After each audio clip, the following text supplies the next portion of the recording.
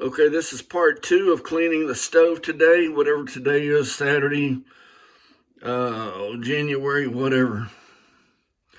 I just ran the thing up there, and it's been burning. I've been burning a really hot fire. I did get some creosote, and it's really fine. There's not that much either.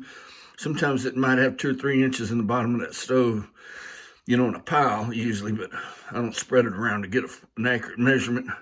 But anyway, let me show you this thing. Here's this catalytic converter.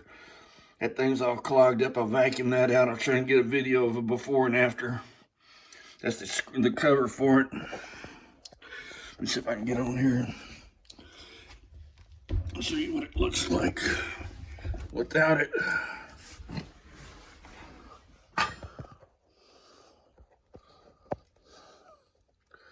That's where it goes.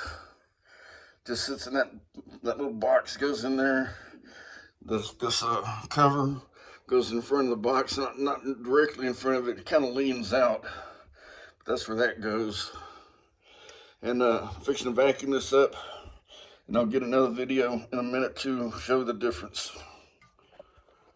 Oh, let me show you something else real quick. What I do.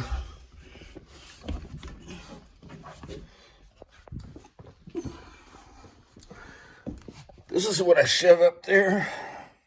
I lost it once. So what I started doing, I'll do a half inch. I'll twist the wire around the one end. When I clip it together, it has these little pins like that. I think the time that I lost it, it wasn't in there, and the pin wasn't in the thing real good. Had to call that chimney sweep.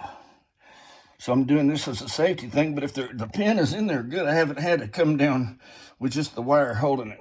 But that's what I'll do. I'll do another half inch there and tighten it up as good as I can. Wrap the wire around there. And you can't when you're spinning that thing with the drill, you can't let it grab your hand because you'll undo the wire. You can't let it get around the cord, obviously. That's what I do to solve that problem.